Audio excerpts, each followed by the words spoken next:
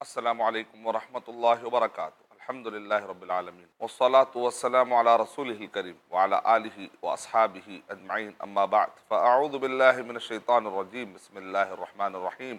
وَإِذَا سَأَلَكَ عِبَادِي عَنِّي فَإِنِّي قَرِيبٌ أُجِيبُ دَعْوَةَ الدَّاعِ إِذَا دَعَانِ فَلْيَسْتَجِيبُوا لِي وَلْيُؤْمِنُوا بِي لَعَلَّهُمْ يَرْشُدُونَ۔ بسم اللہ الرحمن الرحیم۔ رب اشرح لی صدری ویسر لی امری واحلل عقدۃ من لسانی یفقہوا قولی۔ میں سب سے پہلے اللہ سبحانہ و تعالیٰ کا شکر بجا لاتا ہوں، بے پایا درود و سلامتی ہو محمد مصطفیٰ صلی اللہ علیہ وسلم پر۔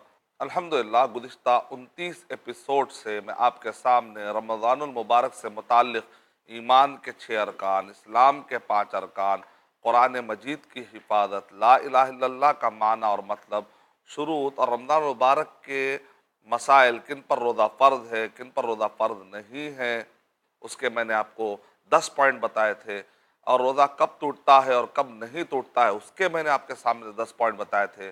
رمضان المبارک کی اہمیت کیا ہے وہ آپ کو میں نے بتایا تھا، اور ایسٹرونومیکل سائنٹیفک ریسرچ کے مطابق جو سبجیکٹ ہے، جیسے چاند ہے، سورج ہے، تارہ ہے، یعنی کہ ایک پوری ایک سائنس ہے جس کو ہم کاسمولوجی کا نام دیں گے، یا اسی طریقے سے اسپیس سائنس سے ریلیٹڈ جتنے ایٹماسفیئر جس کو کہتے ہیں، چاند کا باریک اور بڑا ہونے کا مطلب کیا ہوتا ہے، کس طریقے سے اگر زمین جو ٹلٹ ہے اس کا مطلب کیا ہوتا ہے، کس طریقے سے موسموں کا آنا اور جانا لگا ہوا ہے، اور چاند نظر آنے اور نہیں نظر آنے پر جو مسائل اٹھتے ہیں اس کو کس طریقے سے، یعنی چاند کے مسائل جھگڑے کا ذریعہ نہیں بلکہ چاند کے مسائل محبت کا ذریعہ ہے۔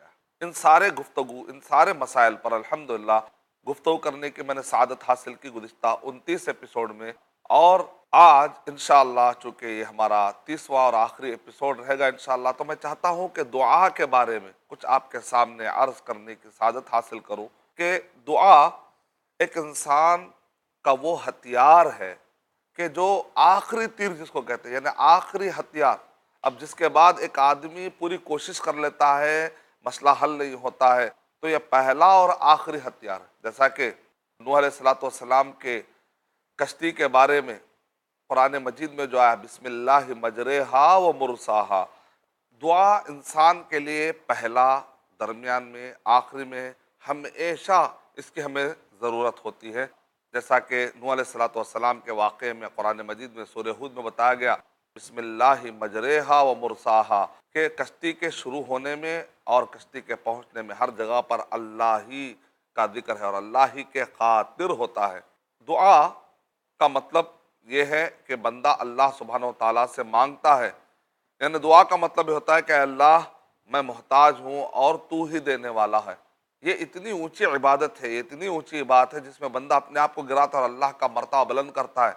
اور سب سے خطرناک شرک اگر ہو جاتا ہے تو اکثر لوگوں کو دعا کے مسئلے میں، الدعاء هو العبادہ، اس لیے کہا گیا عبادت کی کئی قسمیں ہیں، لیکن اگر سب سے اہم عبادت اگر ہے تو دعا ہے۔ اللہ سبحانہ تعالیٰ اس وقت پر بڑے ناپسند کرتے ہیں اس آدمی کو جو اللہ تعالیٰ سے مانگتا ہی نہیں ہے۔ اور ہم کو دعا سکھائی گئی اور ہم کو تعلیم دی گئی، ایاک نعبد و ایاک نستعین، اے اللہ ہم تیری عبادت کرتے ہیں اور تجھ ہی سے مدد مانگتے ہیں۔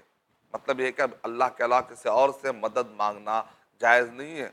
رمضان المبارک کا دعا سے بڑا گہرا تعلق ہے، ویسے انسان کی پوری زندگی کا تعلق دعا سے ہے۔ ہر وقت، ہر پل، 24 گھنٹے میں وہ جب چاہے دعا کر سکتا ہے۔ ایسا نہیں کہ دعا کا کوئی خاص ٹائم ہو، آدمی دعا کر سکتا ہے، اس کے لیے وضو کی ضرورت نہیں ہے، اس کے لیے قبلہ و رخ ہونے کی ضرورت نہیں ہے، اس کے لیے مخصوص شرائط اللہ نے سب اٹھا دیے ہیں۔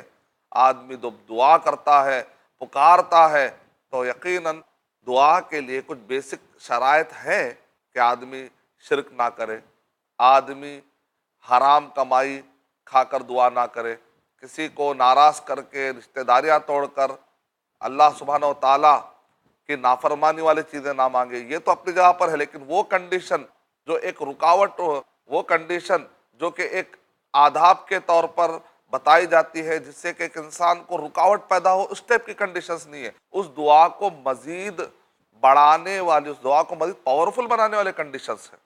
تو رمضان المبارک سے دعا کا بڑا گہرا تعلق ہے، کیونکہ جہاں رمضان المبارک سے متعلق آیتوں کا ذکر آیا تو قرآن مجید میں اللہ سبحانہ و تعالیٰ نے سورہ بقرہ نمبر 2 کی آیت نمبر 183 روزے سے متعلق ہے، 184 روزے سے متعلق ہے، 185 روزے سے متعلق ہے، اس کے بعد اچانک 186 آپ دیکھیں گے دعا سے متعلق ہے، پھر اس کے بعد 187 پھر روزے کے متعلق کنٹینیو ہو رہی ہے۔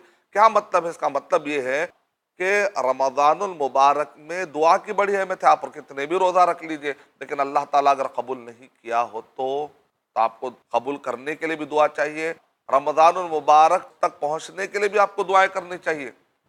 جو صحابہ تھے، جو بزرگ تھے، جو نیک لوگ تھے، اسلاف تھے، سیر عالم النبلا میں امام ذہبی رحمۃ اللہ علیہ کا یہ قول ملتا ہے کہ وہ لوگ 6 مہینے تک دعا کرتے تھے یا 5 مہینے تک دعا کرتے تھے کہ اللہ ہمیں رمضان تک پہنچا دے، رمضان تک پہنچا دے۔ رمضان گزر جانے کے بعد اس کے بعد لگاتار 6 مہینے دعا کرتے تھے کہ اللہ قبول کر لے، اللہ قبول کر لے۔ تو رمضان تک پہنچنے کی بھی دعا کرنی چاہیے اور رمضان المبارک کے بعد اس کے قبول ہونے کے لیے دعا کرنی چاہیے۔ ابراہیم علیہ السلام نے اللہ تعالیٰ سے دعا کی، ربنا تقبل منا، کعبہ بنا دی، اس کعبے کو جا کر ہمارے سجدے ٹکراتے ہیں، اللہ نے حکم دیا کہ اس طرف رخ کرو تو ہم رخ کرتے ہیں، جیسا اللہ تعالیٰ نے پہلے بیت المقدس کی طرف رخ کرنے کے لیے کہا تھا تو ہم وہاں رخ کیا کرتے تھے اس زمانے میں انسان۔ تو اللہ تعالیٰ کا حکم ہو تو ہم جہاں کہیں رخ کرنے ریڈی ہیں، بغیر اللہ کے حکم اپنی طرف سے کہیں پر بھی رخ نہیں کر سکتے، کیونکہ اللہ کا حکم ماننا ہی عبادت ہے۔ تو جو سجدے جا کر ہمارے ٹکرا رہے ہیں، ہم سمجھتے ہیں کہ ہم نمازی ہو گئے، ہماری نمازیں قبول ہو رہی، لیکن جہاں جا کر آپ کے سجدے ٹکرا رہے ہیں وہ کعبہ بنانے والوں کا حال دیکھیں، وہ کہہ رہے ربنا تقبل منا، اے ہمارے رب تو قبول فرما لے ہم سے، تو ہم سے قبول فرما لے۔ یعنی کہ کعبہ بنانے کے بعد بھی یہ اطمینان سے نہیں بیٹھ گئے کہ ہماری بات تو قبول ہوگی، ہماری دعا تو قبول ہوگی، ہماری باتیں قبول ہوگی، نہیں، رمضان مبارک کے روزے، قیام، آپ کا بھوکا رہنا، قرآن مجید پڑھنا، یہ سب چیزوں کا قبول ہونا بھی بہت ضروری ہے۔ کوئی بھی کام کرے تو اخلاص سے کرے، کوئی بھی کام کرنا ہے تو محمد صلی اللہ علیہ وسلم کے بتلائے طریقے کے مطابق کرے، پھر اس کے قبولیت کے لیے بھی دعا کرے۔ جب بھی کوئی آدمی کہتا ہے میں ایسا کیا، میں ایسا کیا، تو آپ کہیے ایسا کیا، زیادہ خوش ہونے کی ضرورت نہیں ہے، فکر مند بھی ہونا ہے، نیک کام کرنے کے بعد بھی فکر مند ہونا ہے کہ دعا اگر یہ ساری باتیں قبول نہیں ہوئی تو الٹا منہ پہ مار دی جاتی ہے۔ کتنے ایسے ہیں کہ وہ روزہ رکھتے ہیں لیکن ان کے لیے ان کے حق میں صرف پیاسی لکھی ہوئی ہوتی ہے، لیکن اگر وہ صحیح طریقے سے روزہ رکھیں گے تو تب جا کر روزہ قبول ہوگا۔ تو دعاؤں سے رمضان المبارک کا بڑا گہرا تعلق ہے۔ کیا کہا جا رہا ہے؟ وَإِذَا سَأَلَكَ عِبَادِي عَنِّي، اور جب آپ سے پوچھے میرے بندے میرے بارے میں کہ کہاں ہوں میں، میرے بارے میں، تو کہہ دو فَإِنِّي قریب، میں تو بہت قریب ہوں۔ یعنی اللہ تعالیٰ عرش کے اوپر ہے تو اس کا مطلب یہ مت سمجھے کہ بہت دور ہے، اللہ تعالیٰ تو قریب ہے۔ علم، اللہ تعالیٰ سمع ہے، اللہ تعالیٰ بصیر ہے، تو علم کے اعتبار سے اللہ تعالیٰ دیکھ رہے ہیں، اللہ تعالیٰ سن رہے ہیں، علم کے اعتبار سے تو اللہ سبحانہ وتعالیٰ آسمان و زمین میں جو کچھ بھی ہے سب اللہ تعالیٰ کو معلوم ہے، تو اللہ تعالیٰ تو قریب ہے، تو اللہ تعالیٰ کو ہر چیز معلوم ہے۔ لیکن کیا کہہ رہے آگے؟ وَإِذَا سَأَلَكَ عِبَادِي عَنِّي فَإِنِّي قَرِيبٌ، میں تو بہت قریب ہوں۔ اجیب دعوت الداعی اذا دعان، میں دعا کرنے والے کی دعا کو جواب دیتا ہوں جب بھی وہ پکارتا ہے۔ اجیب وَإِذَا سَأَلَكَ عِبَادِي عَنِّي فَإِنِّي قَرِيبٌ اجیب دعوت الداعی اذا دعان فَلْيَسْتَجِيبُوا لِي، تو ان کو چاہیے کہ مجھ سے ہی جواب طلب کرے، مجھ سے ہی دعا مانگے۔ وَلْيُؤْمِنُوا بِي، اور مجھ پر یقین رکھے۔ یعنی اکثر یہ ہوتا ہے کہ آدمی سمجھتا ہے کہ دعا قبول ہوتی یا نہیں ہوتی۔ انا عند ظن عبدی بی، میں اپنے بندے کے پاس کے گمان کے مطابق رہتا ہوں، یقین کے ساتھ، اور اللہ ہی قبول کرے گا۔ کچھ لوگ ایسا کہتے ہیں ہم نے فلاں فلاں سے بھی دعا مانگی، ارے کیوں مانگے بھائی آپ؟ اللہ کے علاوہ کسی سے نہیں مانگنا ہے۔ سورہ فاتحہ میں ہے نا ایاک نعبد و ایاک نستعین، تو کہتا ہے میں اتنا گنہگار ہوں کہ میں اللہ کے پاس اپنا چہرہ نہیں دکھا سکتا۔ تو آخر ایسا کیا گناہ کر لیا آپ جو ابلیس سے بھی خطرناک ہے؟ ابلیس تو رجیم ہے، ابلیس تو دھتکارا ہوا ہے، سارے برائیوں کی ایک جڑ ہے، وہ رجیم، کئی شر اور فتنہ اور وسوسہ ڈالنے والا ہے، وہ خناس کہا گیا، دشمن کہا گیا، عدو مبین کہا گیا۔ لیکن وہ بھی جب دعا مانگتا ہے ربی انظرنی، اے میرے رب تو مجھے مہلت دے، مہلت دے، اور اللہ تعالیٰ کہہ رہے ہیں کہ تجھے مہلت ہے الی یوم الوقت المعلوم، کہ تجھے ایک مدت معینہ تک تجھے مہلت ہے، تو اللہ سبحانہ وتعالیٰ اس کو مہلت دے رہے، اس کی دعائیں قبول ہو رہے۔ آخر آپ نے ایسا کیا گناہ کر لیا کہ آپ اپنا چہرہ اللہ سبحانہ وتعالیٰ کو بتا نہیں سک رہے؟ قرآن مجید میں اللہ تعالیٰ نے توبہ کا کانسیپٹ دیا، اللہ تعالیٰ گنہگاروں کا چہرہ دیکھنا اگر پسند نہیں کرتے تو پھر توبہ کانسیپٹ کیوں ہے؟ وَتُوبُوا إِلَى اللَّهِ، قرآن میں حکم ہے نا، جیسے اقیموا الصلاۃ، نماز قائم کرو حکم ہے نہیں ہے، ویسے اللہ تعالیٰ توبوا إِلَى اللَّهِ توبۃ نصوحا، اللہ کی طرف تم توبہ کرو توبۃ نصوحا، لیکن تمہاری توبہ کھلواڑ والی نہیں ہونی چاہیے کہ کلے پہ مار لیے سمجھے کہ توبہ ہو گئی، نہیں نہیں نہیں۔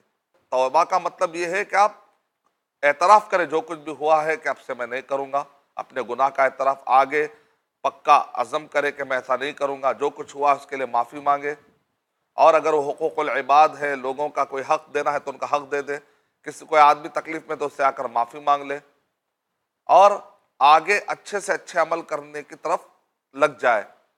یہ ہوتا ہے خالص توبہ کی۔ اگر یہ ہے تو اللہ سبحانہ وتعالیٰ تو قرآن مجید میں کہہ رہے ہیں کہ استغفروا، نوح علیہ السلام کہہ رہے ہیں فَقُلْتُ اسْتَغْفِرُوا رَبَّكُمْ إِنَّهُ كَانَ غَفَّارًا، اگر تم اللہ سبحانہ وتعالیٰ سے مغفرت طلب کرو۔ تو ایک آدمی توبہ کرے گا، استغفر اللہ استغفر اللہ استغفر اللہ کرے، استغفر اللہ الذی لا الہ الا هو الحی القیوم، یا حیو یا قیوم برحمتک استغیث۔ اللہ سبحانہ تعالیٰ کے حیو اور قیوم ایسے ناموں کے وسیلوں کے ذریعے سے دعا کر سکتے ہیں، نیک اعمال کا وسیلہ لے کر دعا کر سکتے ہیں۔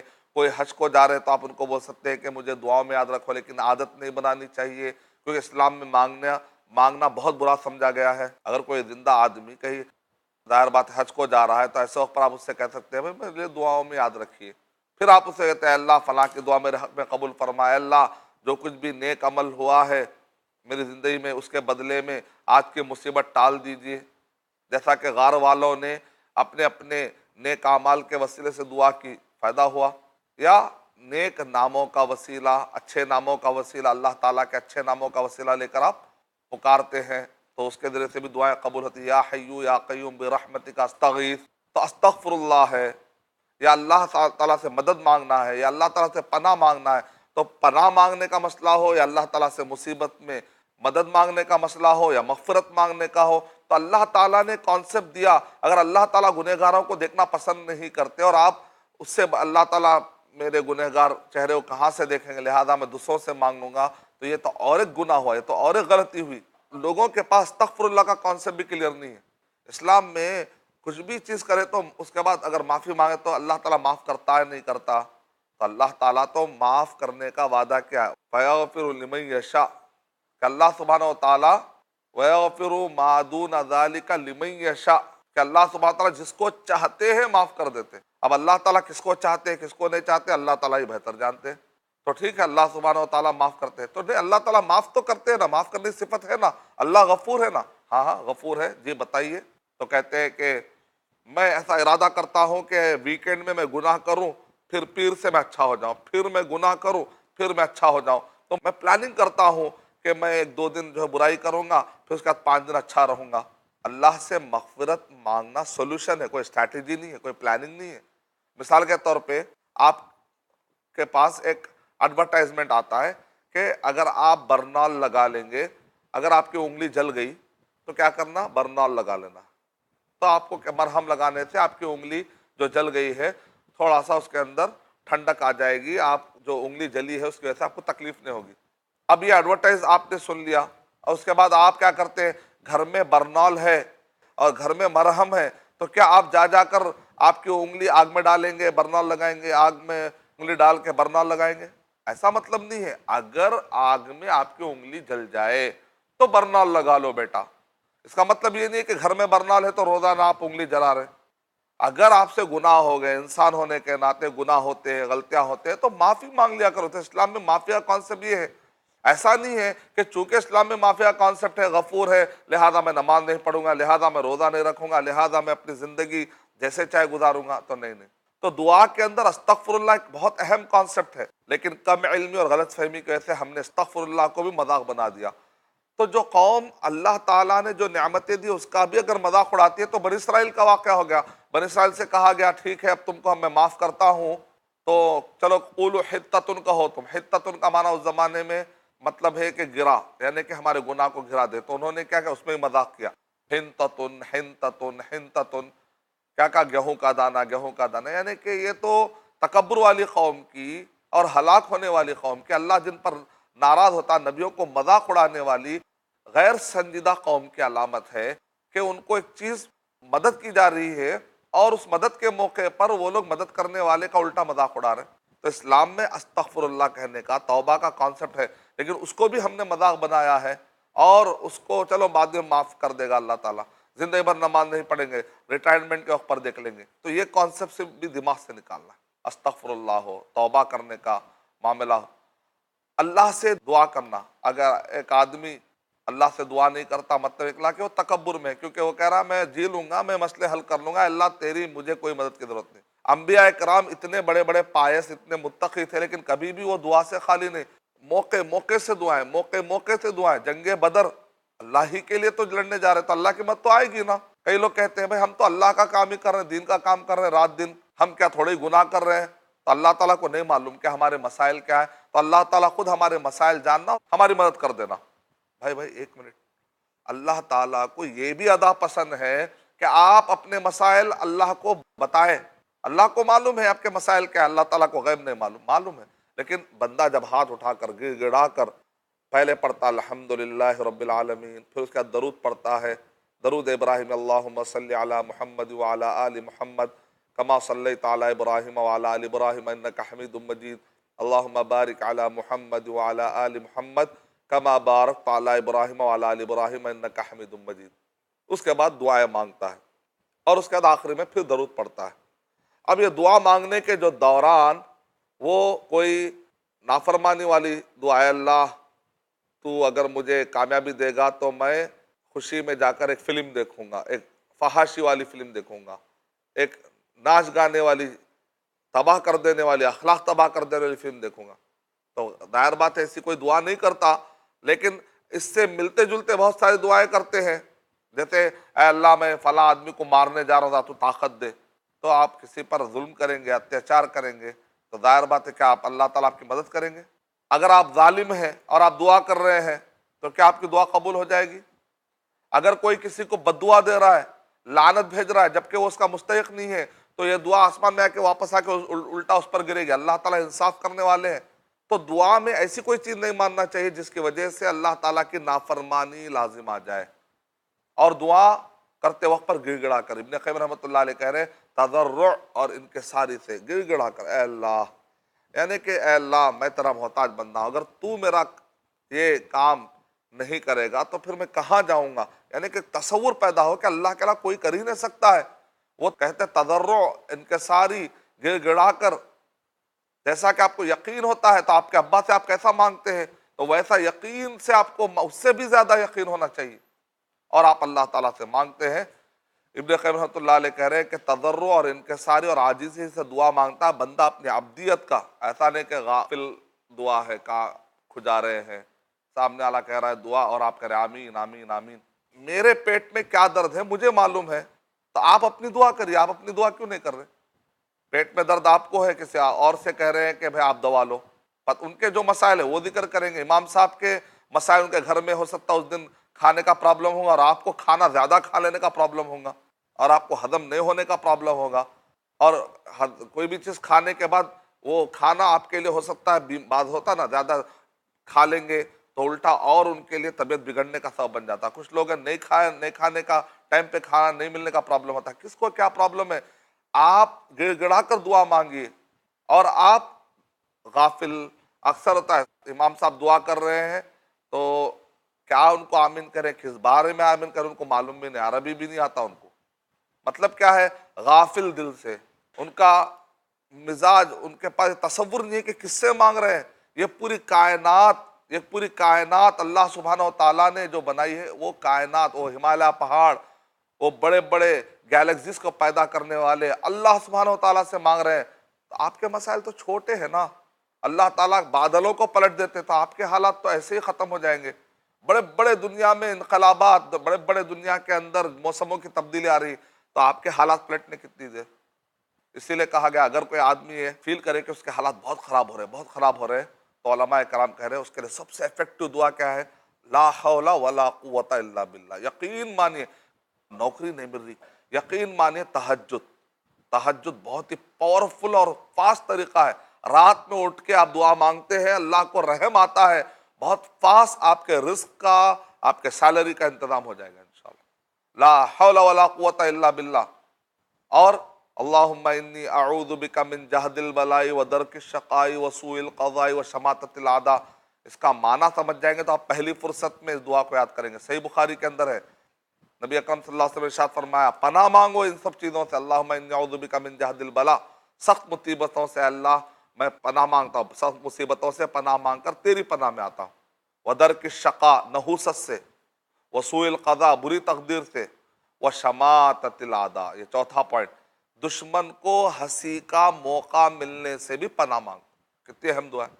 دعا پاورفل طریقے سے قبول ہونا ہے تو اسم اعظم اللہم انی اسألک بانی اشہد انک لا الہ الا انت الاحد الصمد الذی لم یلد ولم یولد ولم یکن لہ کفوا احد، یہ دعا پڑھنے کا نبی اکرم صلی اللہ علیہ وسلم نے ارشاد فرمایا تم نے اسم اعظم سے دعا کی، اب تو دعا تمہاری جو بھی اس کے بعد مانگے دعائیں قبول ہو جائیں گی۔ دعاؤں کو پاورفل بنانا ہے تو ظاہر بات ہے حرام چیز نہیں کھانا ہے۔ کوئی بھی حرام چیز کھاتے ہیں تو دعائیں رک جاتی ہیں، قبول ہوتے ہیں۔ پہلے اس کی معافی مانگنا ہے، پھر وہ حرام چیز کے قریب نہیں جاؤں گا کہہ کر آپ جو ہے وہ نہیں کھاؤں گا کہہ کر آپ اعتراف کرنا ہے، توبہ مانگنا، اس کے بعد پھر دعائیں قبول ہوں گی، ورنہ دعائیں رک جائیں گی۔ یعنی کہ عرفات کے میدان میں احرام کے حالت میں بھی دعائیں مانگیں گے بھی تو دعائیں منہ پہ مار دی جائیں گی۔ اتنا حرام طریقے سے کمایا ہوا اور پہنا ہوا کپڑا یہ سب رد ہو جانے والا ہے۔ یعنی کہ دعائیں قبول ہونے کے لیے، پاورفل ہونے کے لیے بہت چیزیں، ان سب چیزوں کا خیال رکھنا ضروری ہے۔ اور ایک طریقہ یہ ہے نفل کام کرتے رہیے۔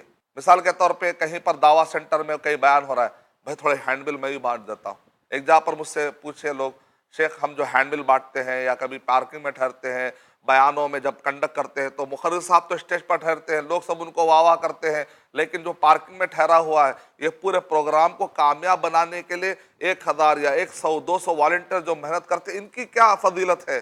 تو میں نے کہا میرے بھائی نبی اکرم صلی اللہ علیہ وسلم نے ارشاد فرمایا، 40 نوویہ میں بھی حدیث ہے کہ آدمی فرض نماز کے بعد جو نفل کاموں کے ذریعے سے اللہ کا تقرب اختیار کرتا ہے، اتنا قریب ہو جاتا ہے کہ آخری میں کیا ہے حدیث میں، جب وہ دعا مانگتا ہے تو میں اس کی دعائیں قبول کرتا ہوں۔ یعنی کہ جب آپ نفل کام کرنے لگتے ہیں تو آپ مستجاب الدعا بن جاتے ہیں، آپ کی دعائیں قبول ہوتی ہیں، آپ کے جو مصیبتیں ہیں نا اللہ تعالیٰ اس کا خیال رکھے گا۔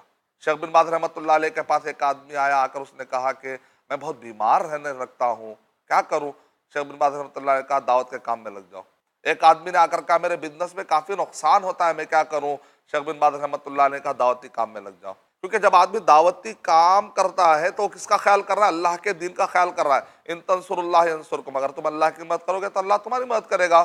فاذکرونی اذکرکم، تم مجھے یاد رکھو میں تمہیں یاد رکھوں گا۔ ویسے تو ہمارا مقصد آخرت کی کامیابی ہے، لیکن دنیا میں بھی اللہ تعالیٰ کسی کا احسان باقی نہیں رکھتا۔ اللہ تعالیٰ دنیا میں بھی اس کے احسانات کا بدلہ دیتے، اچھائیوں کا بدلہ دیتے۔ اللہ پہ تو کوئی احسان نہیں کر رہا ہے، لیکن اللہ تعالیٰ اس کو حسن سلوک، اللہ تعالیٰ اس کے حسن عمل کی بنیاد پر اللہ سبحانہ و تعالیٰ اس کو اس کا بدلہ دیتے ہیں۔ اس کے مقابلے میں کئی نوجوان یہ سمجھتے ہیں ہم جو گناہ کر رہے ہیں، آج کل ویلنٹائنس ڈے کے موقع پر ہوتا ہے، یا اسی طریقے سے ناجائز تعلقات ہیں، ناجائز چیٹنگ ہے، اور حرام کمائی کھا لے رہے ہیں، اور حرام جو تعلقات رکھ رہے ہیں۔